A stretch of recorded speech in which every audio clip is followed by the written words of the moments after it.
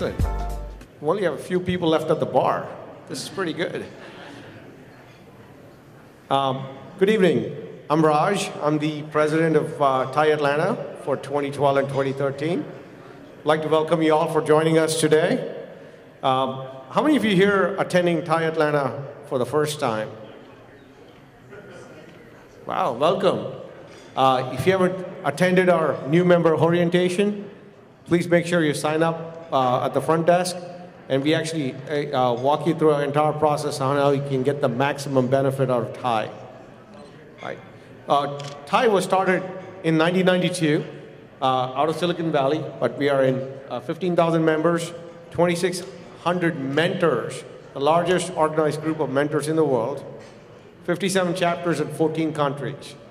Our mission is simple: to foster entrepreneurship globally.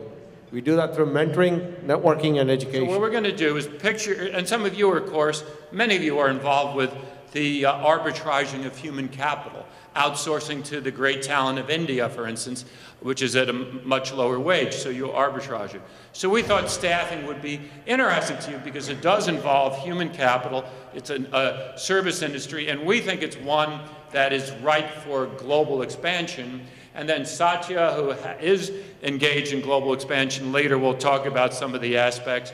But Kenneth Cutshaw is one of the world's leaders, not just what he does at Church's Chicken, but in the entire franchise industry. So Tom will hand it to Kenneth, who will talk a little bit about the different vehicles, the different ways you might go global, with franchising one of the options, but certainly not the only option. UPS literally was at a point, not of a monopoly, but clearly a duopoly with Federal Express, to a point that they could no longer buy anything, which is probably different than most organizations in the room.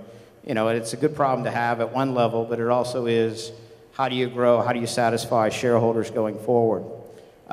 United Parcel Service looked at it a little differently, and they started with, you know, the organic growth, meaning let's go open up a UPS somewhere outside the US, let's hire somebody, typically locally, but bring some expatriate over to basically manage it. And that was West Germany for UPS in the late 70s, early 80s.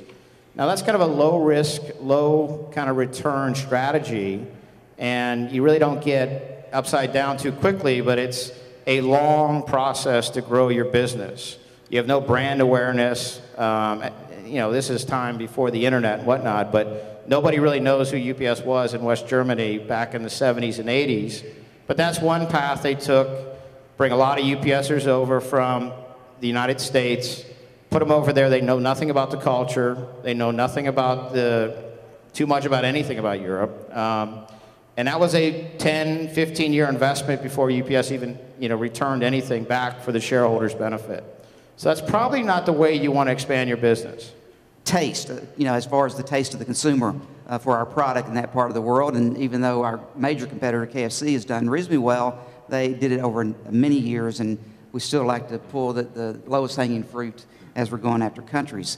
But again, as we get more into this panel over the next hour, I will probably spend more time speaking on franchising, but this panel is about international in general, and I'm going to keep it to 5 minutes. But prior to learning about the franchise, and I was not a franchise lawyer by any means. I had done a little bit of consulting with a couple of brands locally when I was a partner at a law firm, but my primary practice was international transactions.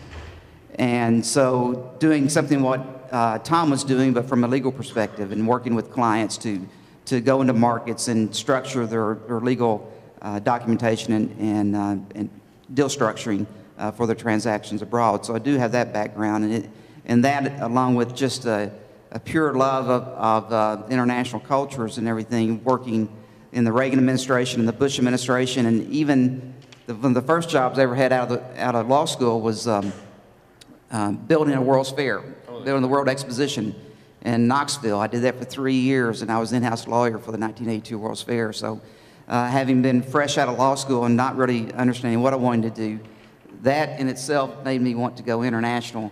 Just dealing with, you know, even the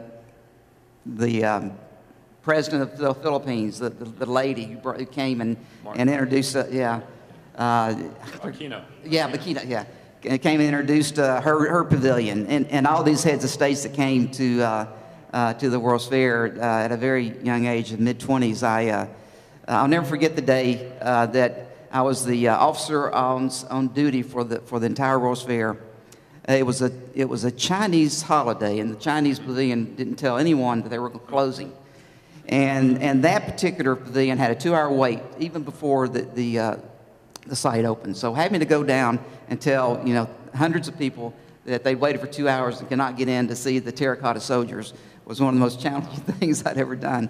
But anyway, that's the background that I bring, I think, to this panel. About it. It's very diverse and over a wide range of experiences internationally. And I'm also happy to address the issue about franchising. I read an article that came out on Monday that the an analytical group projected that the franchising industry globally by 2015, it's only 3 years from now, will be a $4 trillion industry. Wow. And I wanted to buy the report, it was $4,000, so I just read the head notes. Yeah. So we didn't buy the report, but even that's astonishing, and it's probably one of the easiest, most effective ways of scaling your business. If you have a business that can scale in that capacity, and certainly staffing is a business that you could scale in the package it franchising. and sell it as their brand. We have worked so hard to create our brand in the U.S. How do we take advantage of it? So in Canada and Mexico, we're selling Surya brand. But our real growth came last year when we partnered with one of the largest distributor in China to do our product. In China, they want American brand. So we positioned Surya in China as an American brand. So we do a lot of licensing. I mean, for of you who follow decorating, we have Candace Olsen as one of our licensing partner. We have Bob Mackie, for those of you who remember Bob Mackie. And we have a lot of up-and-coming stars. So we use all these branding in China. And we did about $3 million in China last year. We think we will do more in China in 5 years than what we'll do in the United States. This year, they built about 36 million condos in China. And we will put a rug in every condo. That's our goal. So we've been expanding. So one of our things is, how do we take a very simple business? Rug business is not very sophisticated. Every time I go out, I try to tell people what I do. They don't get it. They think we're just a rug peddler. So we have taken a very simple business, but with a lot of common sense, a lot of business strategy that a lot of big companies apply, and we have grown exponentially. And I think we can be our goal is to be $1 billion home furnishing company in 10 years. We have ways to go, but I think we can get there, applying a lot of common sense, and obviously international growth is a very major factor. We just signed up a distributor in Romania. I mean, from the banking background, back in the days, we had a lot of boutique banks. They all got bought over. They're boutique for a reason, because to get a better deal flow, you had to be boutique. You got to be in all the right places. But as the entire industry got more global, being boutique was not really important, having a global reach. So I do think there should be some consolidation. The earnings back to the U.S. from a U.S. perspective.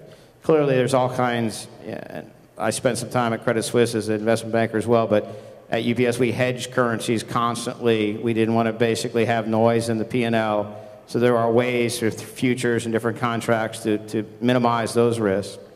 At SPI Software Paradigm, where I'm now, all our customers, and we've been talking about Federated, and it would be lost for me not to say that the Macy's organization is by far our largest customer. We are the largest IT outsourcing firm for Macy's. Great relationships, and we thank them for our business. So that's my little plug there. But clearly in the U.S., our operating costs for a lot of the offshores is in the Indian currency. So clearly, as the U.S. dollar strengthens, and that, we benefit there as well. We're not at a size, and we're a private company, so we're not looking to hedge that. Thank you, Jeff. And thank you, Satya. Thank you, Tom. And thank you, Ken. Good to see you back again.